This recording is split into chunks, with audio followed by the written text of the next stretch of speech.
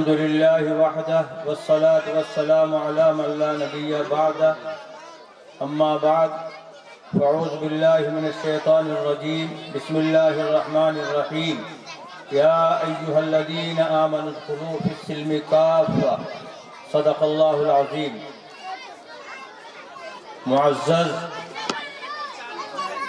মুসলমান ভাইরা এবং মুআজ্জাজ উলামায়ে কিরাম, বিশেষ করে এই মুলটি গ্রামের মুনাজ্জাম মাকতাবের জিম্মেদার মৌলানা মকসুদ সাহেব এবং মুফতি হাবিব সাহেব, রাস্তায় আছেন মৌলানা আসিম, মুফতি সালমান সাহেব, আমাদের করজ গ্রামে মুনাজ্জাম মাকতাবের সঙ্গে ওতপ্রোত জড়িয়ে আছেন এবং খুব খিদমত করছেন আমাদের হাফেজ করিম সাহেব এবং আমাদের ছোট ছোট এই বাচ্চারা। আল্লাহর অশেষ মেহেরবানি, আমি এই গুরুত্বপূর্ণ এবং কোরআন মজিদ শেখানোর গুরুত্বপূর্ণ প্রোগ্রামে আসতে পেরে আমি নিজেকে ধন্য মনে করছি। তার সঙ্গে সঙ্গে আমাকে যারা দাওয়াত দিচ্ছেন তাদেরকে আমি সাধুবাদ জানাচ্ছি। একটা কথা আপনাদের কাছে অনুরোধ করব যে মুনাজ্জাম মাকতাব কেন, এর প্রয়োজন কতটা, খুব ভালো করে আমরা বুঝি। মুনাজ্জাম মাকতাবে পড়ানো কি হয়? শুদ্ধ কোরআন মজিদ পড়া হয়। আমরা সবাই জানি যে পৃথিবীর শ্রেষ্ঠ গ্রন্থ হচ্ছে কোরআন মজিদ, ঠিক না ঠিক? তো সেই কোরআন মজিদ যেখানে পড়ানো হবে, যারা পড়াবেন, যারা পড়বে, যাদের বাচ্চারা পড়বে, সবাই ধন্য হবে। যেমন কোরআন মজিদ যার উপর অবতীর্ণ হয়েছিল তিনি কে? নবীজি সাল্লাল্লাহু আলাইহি সাল্লাম। তিনি ধন্য হয়ে গেছেন। গোটা পৃথিবী জুড়ে একটাই নাম নবীজির। তার সঙ্গে সঙ্গে কোরআন মজিদ যে মাসে অবতীর্ণ হয়েছে সে মাসও ধন্য হয়েছে, সেটা আমরা সবাই জানি, রমজানুল মুবারক। সেই সূত্রে মাদ্রাসায় পড়া, আমরা পড়ানোর কাজে আছি, যারা পড়েন তাদের সংখ্যা কত? মুসলমানদের যদি বেশিরভাগ নেওয়া হয়, শতকরা 5 ভাগ, 4 থেকে 5 ভাগ হবে, কমই হবে, বেশি হবে না। তো 95 ভাগ আমাদের এই বাচ্চারা বাকি থাকছে। এই মুনাজ্জাম, এই সিস্টেম ব্যবস্থা যদি না থাকে তাহলে কিন্তু এই 95% বাচ্চারা কিন্তু শুদ্ধ কোরআন মজিদ থেকে মহরুম থাকবে। আর একটা কথা পরিষ্কার করি আপনাদের কাছে, সেটা হচ্ছে আগে মক্তব পড়ানো হতো মসজিদে, অনেক মসজিদে মক্তব ছিল। সেই মক্তবকে আমি ছোট করছি না, কিন্তু মুনাজ্জাম ব্যবস্থা ছিল না। যেহেতু বিনা পয়সায় পড়ানো হতো, ইমাম সাহেব শুধু বেতন পেতেন, তো এই ধ্যানটা না থাকার কারণে যে রেজাল্ট পাওয়া দরকার সেটা কিন্তু হতো না। আমরা অনেক মুসল্লি ভাইরা আছেন, আমার কথা খারাপ ভাবে নেবেন না ভাই, 5 বছর 10 বছর 20 বছর ধরে নামাজ পড়েন, যদি তাকে বলা হয় দয়া কুনুত কি বলো, বলতে পারবে না। তাকে যদি বলা হয় জানাজার দোয়াটা কি পড়াও, বলতে পারবে না। কেন? যেই মুনাজ্জাম মাকতাবে তারা পড়াশোনা করেনি। এই সুযোগ আল্লাহ পাক দান করেছেন।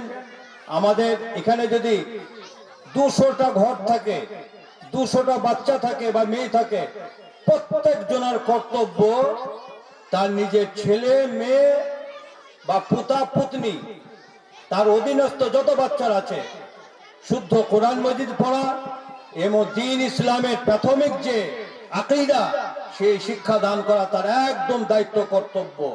যদি সেই কর্তব্য আমরা পালন না করি, কাল কিয়ামত দিনে এর জন্য আমাদের সওয়াল পড়তে হবে, আল্লাহকে জবাব লাগবে। দায়িত্ব নিয়ে বলছি।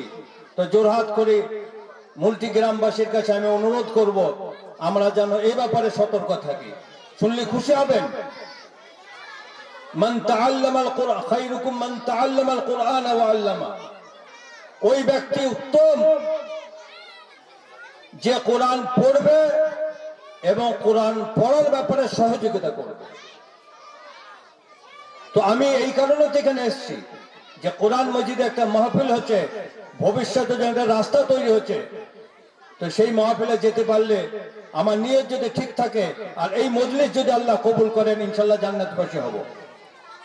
দ্বিতীয় আর একটা কথা, যেমন ধরেন একটা বাচ্চা 5টা বছর এদের যে সিলেবাস আছে, ছেলে হোক বা মেয়ে হোক, শুদ্ধ কোরআন মজিদ যদি শেখে, সেই পরিবারটা কোনোদিন কোরআনবিহীন আর কোনোদিন হবে না। আমরা এই যে ব্যবস্থাপনা চালু হয়েছে, 10 বছর যদি আগ্রহের সঙ্গে একটা চেষ্টা করে সকল গ্রামে ইনশাল্লাহ দায়িত্ব নিয়ে বলতে পারি, কোরআন মজিদ পড়া একটা ফেজা এবং পরিবেশ তৈরি হবে। তার জন্য আমাদের সকল দায়িত্ব এবং কর্তব্য এর সঙ্গে আমরা জড়িয়ে থাকবো এবং বাচ্চাগুলো প্রথম থেকেই সুন্নতের উপর পাবন্দ করা। জুতো কোন পায়ে পড়বে, মসজিদে কোন পায়ে ঢুকবে, বাথরুমে কি দোয়া পড়বে, আমরা যদি বয়স্ক মানুষদের বলি অনেকেই বলতে পারবো না, এই যে বাচ্চাদেরকে জিজ্ঞেস করলেই বলে দেবে।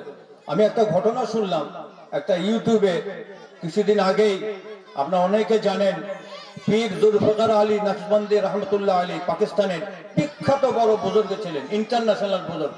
আল্লাহ যেমন জ্ঞানও দিয়েছিলেন আজীব। তিনি তার নিজের মুখে একটা ঘটনা আমি শুনছিলাম। সে ঘটনাটা কি, তার একটা বাচ্চা, তার একটা ছেলে বাচ্চা, তার নাম হচ্ছে ইরফান। সে একদিন হঠাৎ কাঁদছে, বাচ্চা ছেলে, তুমি কাঁদছে, বাচ্চা কাঁদলে উনি বিরক্ত হন, নিজের বৌমাকে ডাকলেন যে বৌমা তোমার ছেলে কাঁদছে কেন দেখো। তো বাচ্চার মা যখনই গেল একটু সঙ্গে সঙ্গে চুপ হয়ে গেল। তুমি হযরত জিজ্ঞেস করলেন নিজের বৌমাকে, আমা বাচ্চা কাঁদছিল কেন? তো বলছে আমি সুন্নতের অভ্যাস করেছি, তাকে ডান পায়ে জুতোটা পরতে হবে। আজকে বাড়ির কাজের লোক বাঁ পায়ে জুতোটা পরিয়ে দিয়েছে বলে বাচ্চাটা কাঁদছে। তো এই বাচ্চাকে যদি আমরা প্রথম থেকে শিখিয়ে দিই, যতদিন বেঁচে থাকবে তার উপরে চলার চেষ্টা করবে। আর বর্তমান সময়ে ইসলামকে নষ্ট করার জন্য আপনারা আমরা সবাই জানি, প্রতিনিয়ত সে দেশি হোক বিদেশি হোক সর্বস্তরে চেষ্টা চলছে। আমাদের বেঁচে থাকা একটাই রাস্তা হচ্ছে সহি ইসলামকে ধরে রাখবো। ইনশাল্লাহ আমাদের চেষ্টা করতে হবে। আমি তো বলবো যে মুলতি গ্রামের জন্য আল্লাহ ভাগ্যের চাকা খুলে দিয়েছেন এবং আমি দাবি করে বলতে পারি আমরা ইনশাল্লাহ এই মুনাজ্জাম মাক্তাবকে সঠিকভাবে আটকে ধরে রাখতে পারি, এই মোকাদ্দার কিন্তু মুলতি গ্রামেও ভালো হয়ে যাবে, পরিবেশ ভালো হবে। ইনশাল্লাহ দেখবেন একটা সময় আসবে এই মুলতি গ্রামে সবাই প্রশংসিত করবে। তো সেই জন্য আমরা ভাই চেষ্টা করব। দ্বিতীয় আর একটা কথা আপনাদের কাছে অনুরোধ করব, কম বেশি আমরা সবাই ভাই ভুল করি, কেউ বলতে পারবো না ভুলের সঙ্গে জড়িত নয়। আমরা চেষ্টা করব আখিরাতে তৈরি ইনশাল্লাহ আমরা করব, আল্লাহর কাছে তওবা করব। তওবা করে এই মুনাজ্জাম মাক্তাবকে সামনে রেখেই যদি আমরা চেষ্টা করি, আল্লাহ তাআলা কিন্তু আমাদের রাস্তা খুলে দেবেন। যেমন আমি যদি আমার মিথ্যা কথা বলার অভ্যাস আছে, আমি কিন্তু জানি যে মিথ্যা বলি। যেমন আমার ঘুষের অভ্যাস আছে, আমি কিন্তু সেটা জানি। একইভাবে যারা জমি চাষ করেন, ওই জমি কেটে নেওয়ার একটা মানসিকতা আছে, তিনি সেটাও জানেন। তো সেই সূত্রে আমরা যে ভুল কাজ করি, প্রত্যেকটা ভুল আমরা জানি। আমি দাবির সঙ্গে বলছি, আপনাদের সুসংবাদ দিচ্ছি, আল্লাহ পাক ঘোষণা করেছেন, কেউ যদি আমার কাছে শুদ্ধভাবে তওবা করে, মনকে তৈরি করে, তো ইনশাআল্লাহ সমস্ত গুনাহ আমি মাফ করে দেব। পাহাড় সমতুল্য যদি গুনাহ হয়, সেই গুনাহকে আমরা মাফ করতে পারি। শুধু দরকার হচ্ছে আমাদের মানসিকতা, মানসিক ভাবে যে আমরা তৈরি হয়ে যায়, তো ইনশাআল্লাহ মাহল পরিবর্তন হবে। এই ব্যাপারে একটা ছোট একটা ঘটনা আপনাকে বলবো। আমরা তো সবাই ফিরাউনের নাম শুনিনি? সবাই জানে ফিরাউন নিজেকে আল্লাহ বলে দাবি করেছিল, সেটা আমরা জানি। তো ফিরাউনের জীবদ্দশায় কাহাত দুর্ভিক্ষ, বহুদিন বৃষ্টি হয়নি। বৃষ্টির জন্য পশু পক্ষী মানুষ পরেশান, ফসল হচ্ছে না, ঠিকঠাক পানি পাওয়া যাচ্ছে না। তো সবাই যেহেতু সে আল্লাহকে আল্লাহ বলে দাবি করেছিল, তো তার সমস্ত লোক ফিরাউনের কাছে আসলো যে আপনি তো আল্লাহ বলে দাবি করেন, তো দেশে যে পানি নাই, আপনি পানির জন্য আপনাকে যে দরখাস্ত করছি। সে কিছু আগে পরে না ভেবে বলে ঠিক আছে যাও, কালকে পানি হয়ে যাবে। লোকগুলো চলে গেল, ওতে পরেশান। আমি তো বলেছি যে বৃষ্টি হওয়ার জন্য। তখন সে তো নিজে জানে আমি কিছুই নয়, আমার প্রভু তো অন্যজন আছে। সে কাউকে না জানি নির্জন জায়গায় চলে গেল। সে সহি মনে যে আল্লাহ, আমি আল্লাহ দাবি করেছি ঠিক, কিন্তু আমার প্রভু তো তুমি। আমি একটা ওয়াদা করেছি, আমি ইখলাসের সঙ্গে আমি বলছি আল্লাহ তুমি প্রভু। একটা দিন ইজ্জত রাখার কারণে আল্লাহ তুমি পানি আমাকে দিয়ে দাও। তার ওই চাওয়ার মধ্যে সঠিক ছিল, কোনো ভুল ছিল না, চাওয়ার মধ্যে আন্তরিকতা ছিল। তো ফিরাউন যার লাশ চিরজীবন আল্লাহ পাক রেখে দিয়েছেন দৃষ্টান্ত স্বরূপ, কাল কিয়ামত পর্যন্ত থাকবে, যে আল্লাহ বলে দাবি করেছে, এত পাপ তার মধ্যে আছে। আপনারা জানেন মুসা আলাইহিস সালাতু ওয়াস সালামের প্রতি কত অত্যাচার সে করেছে।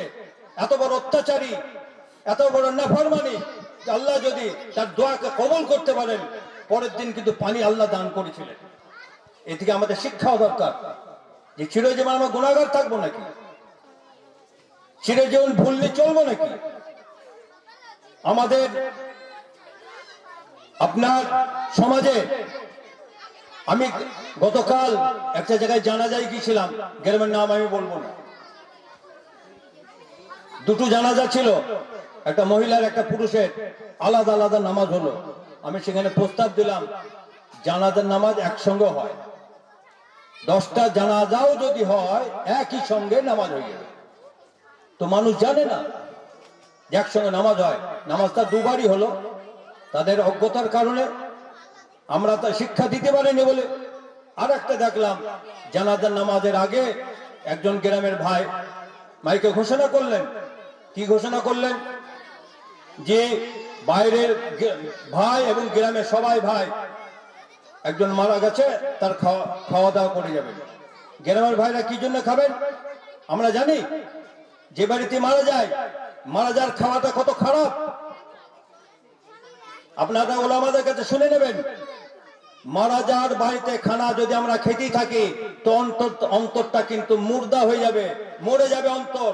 আর অন্তর যদি মরে যায়, ভালো খারাপের কোনো তারতম্য থাকবে না। আমরা তো বহু জলসা শুনি, বহু মিলাদ শুনি, বহু নসিহত শুনি, ভেতরে কই ঢোকে না। কানে টক্কর মারে, দিলে টক্কর মারে, আর কিন্তু বেরিয়ে যায়, কাজ কিন্তু হয় না। না হওয়ার একটাই কারণ, আমাদের রাস্তা চলার পথ ঠিক নেই, আমাদের চলার রাস্তা ঠিক নেই। যার জন্য আমাদের চেষ্টা করতে হবে, ইনশাল্লাহ সুম্মা ইনশাল্লাহ, যা করেছি আজ থেকে ইনশাল্লাহ সহি রাস্তায় চলার জন্য ইনশাল্লাহ আমরা চেষ্টা করব। আমরা যদি চেষ্টা করি, আল্লাহ পাকের মদদ আমরা পাবো। শুধু মানসিকতাই আসল জরুরি। যেমন আমরা দুনিয়ার ক্ষেত্রে আপনাদের বাচ্চাদেরকে জেনারেল পড়ানো হোক, ব্যবসা হোক, চাষাবাদ হোক, 100% সেখানে আমাদের দৃষ্টি থাকে, বেশি থেকে বেশি ফলন হোক, বেশি থেকে বেশি পয়সা হোক। যে কোনো দিনের কথা আসে, তখনই কিন্তু সব গন্ডগোল। এই ব্যাপারে আমাদের কিন্তু সঠিক চেষ্টা হওয়া দরকার। আবার শেষে আপনাদের অনেক প্রোগ্রাম আছে, লম্বা করতে চাচ্ছি না, আমি বয়ানও করতেও পারি না। যে সুযোগ আল্লাহ দান করেছেন, আমি মৌলানা মকসুদ সাহেবকে বলবো, আল্লাহ যে সুযোগ আপনাকে দান করেছেন, আপনি চেষ্টা করেন সকলকে নিয়ে, পুরা গ্রামবাসীকে নিয়ে, এর জন্য প্রত্যেক বাড়ি বাড়ি ঘুরি, প্রত্যেকটা বাচ্চা যাতে আসে সে চেষ্টা করতে হবে। আপনাদেরকে আরো একটা কথা বলি, আলহামদুলিল্লাহ মৌলানা আসিমের সঙ্গে আমার খুব ভাব। আলহামদুলিল্লাহ গত 3 বছর হয়ে গেছে। এবছর ঈদের পরে তার আগের বার আলহামদুলিল্লাহ করজ গ্রামে ব্যবস্থাপনায় একবার 56 জন, একবার 30-এর উপর, একবার 40-এর উপর, 3বার করজ গ্রাম মাসা সমস্ত খরচ দি তাদরিবুল মুআল্লিমিন, এই শিক্ষকদের ট্রেনিং আলহামদুলিল্লাহ করজ গ্রাম মাসা ব্যবস্থা করেছে। কেন ব্যবস্থা করেছে?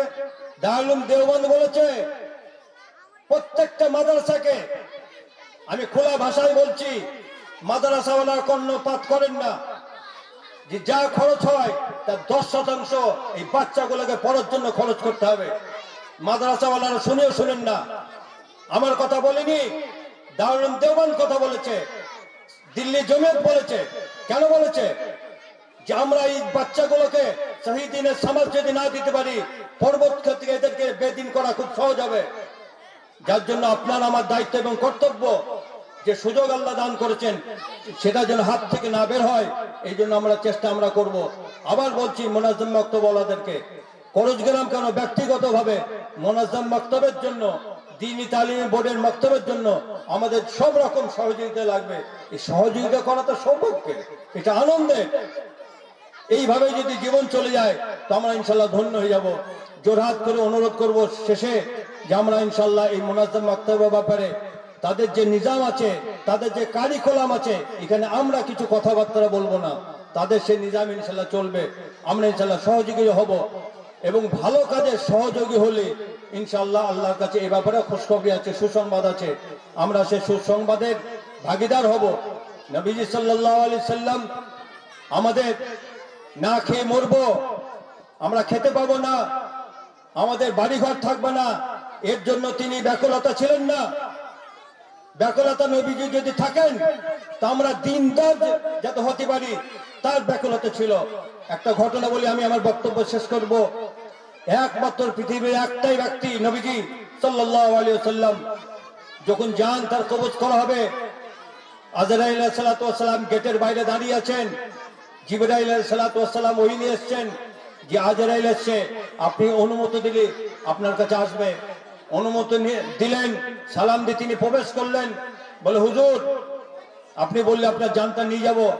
বললি নিয়ে যাবে? বলে, হ্যাঁ নিয়ে যাব। তো জিবরাইল আলাইহিস সালাতু ওয়াস সালামকে বললেন যে আমার কিছু কাজ বাকি আছে, একটা কাজ করলে ভালো হয়। বলে, কি সেটা? বলে, সেটা হচ্ছে আমার পরে তো নবী আর আসবে না, আমি তো চলে যাব, তা আমার নবীর কি হবে, আমাদের উম্মতের কি হবে, কি ফিকির। তার নবীজির কথা উঠলে একটা দরুদ শরীফ পড়তে খুব আমাদের কষ্ট হয়।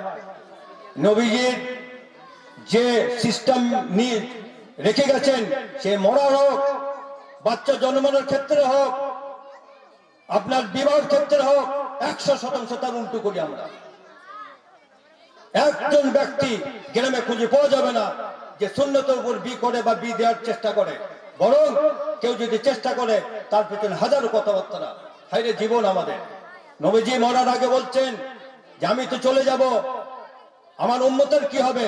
এর আগে বহু নবীর উম্মতের প্রতি আল্লাহ গজব নাজিল হয়েছে। তো আল্লাহ পাক বললেন, ঠিক আছে আমি আছি, ইনশাল্লাহ কোনোদিন আসবে না। তো এই যে উম্মতের প্রতি আল্লাহ নবী সাল্লাল্লাহু আলাইহি ওয়াসাল্লাম যে ফিকির তিনি করে গেছেন, যার জন্য আল্লাহ দুয়া যা রুজি দিয়েছেন, রুজিতে আমরা চেষ্টাই করব। চেষ্টা করার ব্যাপারে পুরো ইজাজত আছে, জায়েজ আছে, কিন্তু তার সঙ্গে সঙ্গে দিনের ব্যাপারে আমরা গুরুত্ব দেওয়ার চেষ্টা করব। আল্লাহ পাক আমাদের সকলকে সহি সমাজ আল্লাহ দান করেন। এবং ছোট ছোট আর একটা অনুরোধ করে যাব, মাওলানা মকসুদ সাহেব আছেন, মক্তবের সঙ্গে সঙ্গে ইসলাহি প্রোগ্রাম, বিশেষ করে নিকাহ তালাক অনেক গ্রামে আছে। একজন স্বামী একটা মেয়েকে তালাক দিচ্ছে, তার 3 মাস 10 দিন যে ইদ্দত পালন করতে হবে, ইদ্দত পালনের পূর্বে অন্য পুরুষের সঙ্গে বিবাহ হারাম হারাম হারাম, আজীব নিজাম, মন গড়া জিনিস, ইসলামকে বেচি খাওয়া। আল্লাহ পাক আমাদের বাঁচার তৌফিক দান করুন, আমাদের সকলকে দিনের সঙ্গে জড়িয়ে থাকার পাক্কা দিনদার বানান, এবং মরণের আগে পর্যন্ত সহি তওবাকারী আল্লাহ বানান।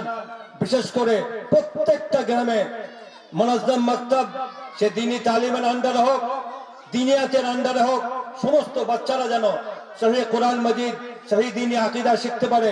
আল্লাহ তার তৌফিক দান করুন।